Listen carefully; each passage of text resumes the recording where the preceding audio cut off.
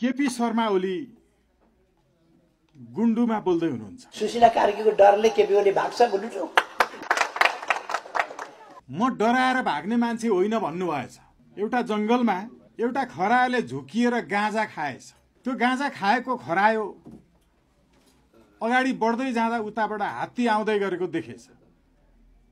गाँजाको सुरमा लठिएको खरायोले हात्तीलाई धम्की दिएछ, मसँग सक्छस् खेल्न? हात्ती केही पनि बोलेन। अझै धम्क्याउँदै छेउमा गएपछि हात्तीले सुँडले बटारेर पर फ्याल्दैछ। अनि खरायोले भनेछ, सक्दिन भने भइहाल्छ नि, उचालेर पछार्नु पर्छ। अहिले केपी ओली त्यसै भन्दैछ। डराएर भाग्ने होइन, म भाग्दिन, सकिन भने छोडिदिन्छु आफ्ना कार्यकर्तालाई पनि भन्नुभएको छ। बङ्गलादेश जस्तो हुन्छ हामीले भनेकै थियौँ। मैले यही कार्यक्रममा भनेको थिएँ, यहाँहरू सबै हुनुहुन्थ्यो। केपी ओलीले त्यही दिन बोलेका थिए, यो बङ्गलादेश जस्तो होइन, नधम्काउनुहोस्।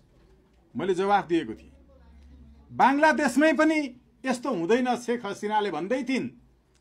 भयो त्यस्तै भएपछि थाहा हुन्छ। अहिले सञ्चार माध्यमहरूमा सिधै आएको छ।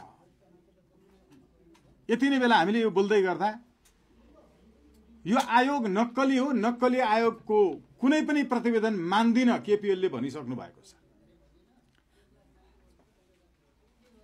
सरकारको प्रवक्ता, गृहमन्त्री र प्रधानमन्त्रीले अख्तियारको प्रमुखलाई हटाउन सकिँदैन, संविधान बाधक छ भनिसक्नु भएको छ।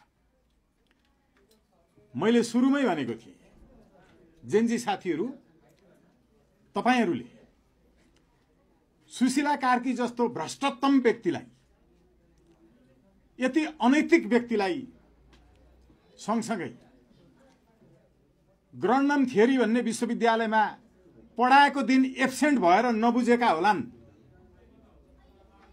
डाक्टर चन्द्रकान्त गेवालीले पनि, ओम प्रकाश अर्यालले पनि, सुशीला कार्कीले पनि,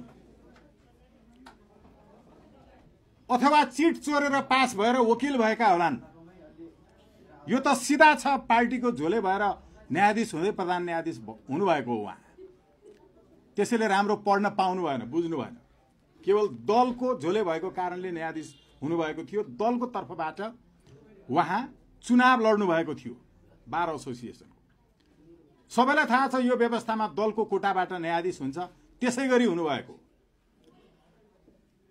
र उहाँलाई ग्रन्डम थियोरी के हो थाहा थिएन। वा जेनजी साथीहरूले हामीलाई राजनीति केही पनि थाहा छैन, तपाईँहरूले गरिदिनुहोस् भनेर भनेपछि थाहा पाए यी वकिलहरू, न्यायाधीश, प्रधान न्यायाधीश भइसकेकाहरूले, र एउटा यस्तो चक्रव्यूह बनाएर फसाइदिए, आन्दोलनमा बगेको रगत पानी भयो। मैले त्यति बेला भनेको थिएँ जेनजी साथीहरूलाई, तपाईले यो संविधान मान्छु भन्ने बित्तिकै अब तपाईको कुनै पनि माग पूरा हुँदैन।